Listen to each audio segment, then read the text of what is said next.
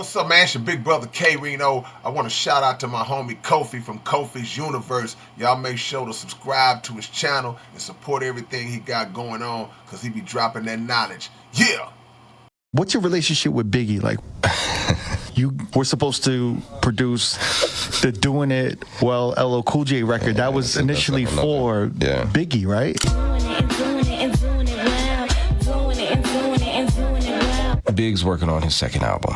Big came to me with all these ideas. I want the I'll Be Sure sample, the Night and Day, My Jamaican Guy. I started working on the records. Called him on the phone. I played some of it on the phone. That's incredible. Come and bring me the cassette. Things started getting a little, rough for me. I started spending too much money. At that time, I thought Puff could have just gave me at least a little deposit on it, but it just never happened.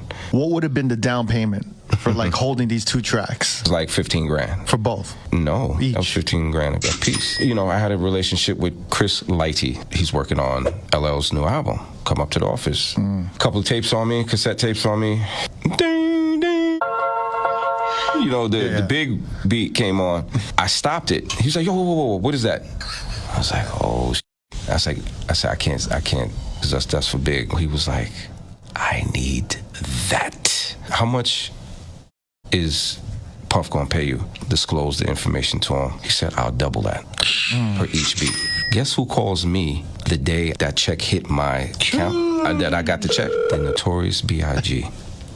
Yo, man, I'm ready for that beat now. I think our budget is open. Jeez. I'm about to my pants. Breathe. Yo, Big, I sold them beats, man. You did what? Yeah, I sold them beats, man. How much they give you? I'm nervous. They doubled. I need my back. That was my first single. He called back. It was bad.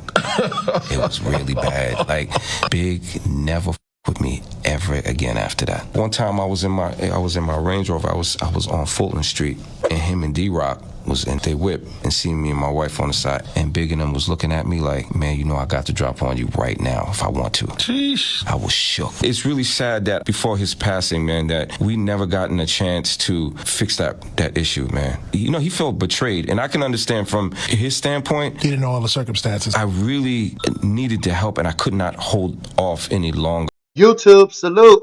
So legendary producer, Rashad Smith, y'all. If you don't know who he is, he's produced tracks for Erykah Badu, Ghostface Killer, Busta Rhymes, DJ Khaled, of course Biggie, Just Playing Dreams, Not Tonight, Ladies Night Remix, Little Kim, The Hop, A Tribe Called Quest, Young G's, Nicki Minaj, Barbie Dreams, Das Effects. He has a list.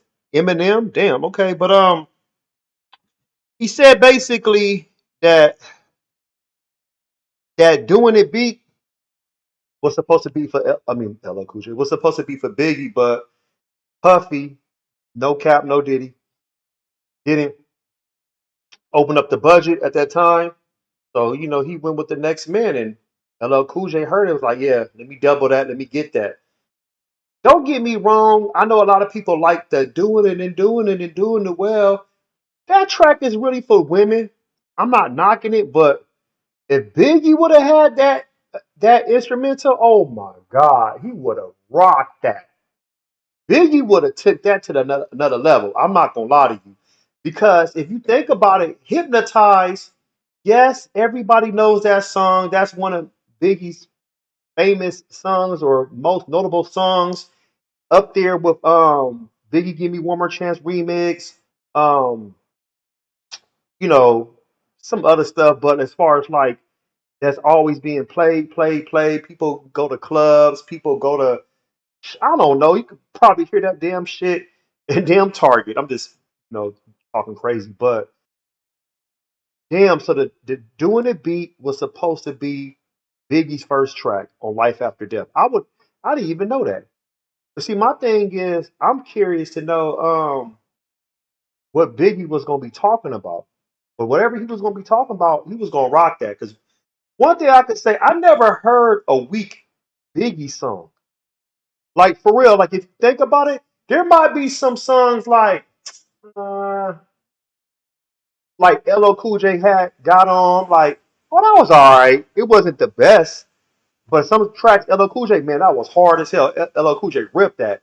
But Biggie, even the mainstream tracks is dope. But Biggie when he's rapping, storytelling, showing that lyrical prowess, man, Biggie is a beast. He was a beast, man. So I knew Biggie would have ripped that track. I want to hear from the community. What you think if Biggie would have had the doing it instrumental? LL Cool J would have never had that. This is like going back into the past and rewriting hip hop history. There's a lot of people could have had certain instrumentals, and that would have been their lead single or maybe a song on their album. But let's talk about it. Post your comments below. Oak Smash, Black Panther like button. Subscribe to my channel. Click the bell icon to be notified when I upload new content and go live. You want to support, donate to the channel. I have Patreon, patreon.com/Kofi Universe. Venmo, Zelle, PayPal, Streamlabs, everything's in the description. Until next time, salute.